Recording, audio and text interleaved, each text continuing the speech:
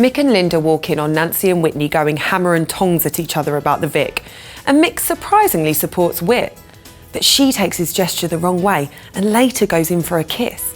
How will Mick react? If he doesn't reciprocate, things are going to be pretty awkward. Ian breaks the news to Bobby that he's actually leaving for boarding school tomorrow, not September. He's really upset, and so is Kathy. Jane's mortified when she learns why the school took Bobby early. Ian bribed them by sponsoring a new building. So how did he pay for it? Martin's still in a state about Stacey and promises Kathy he's going to reunite her with Arthur, but he gets a massive shock when he returns to the flat. Shabnam tells Martin they need to find a mother and baby unit for Stacey and Arthur, and they're clearly fast workers because by the end of the week they do. Phil's in a bad way, isn't he always, and refuses to go to Billy and Honey's engagement party, so everyone's surprised when he turns up and interrupts Honey's speech, then starts coughing up blood.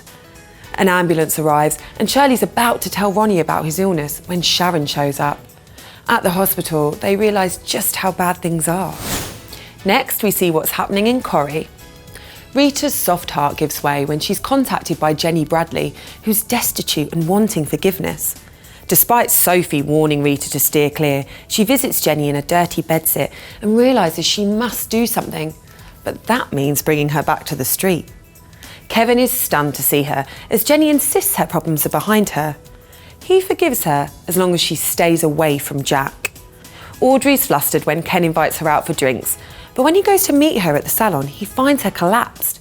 Will the angina attack encourage her to declare her true feelings? Phelan is playing Kev and tells him how Gary left him for dead. Then Phelan acts terrified when he sees him.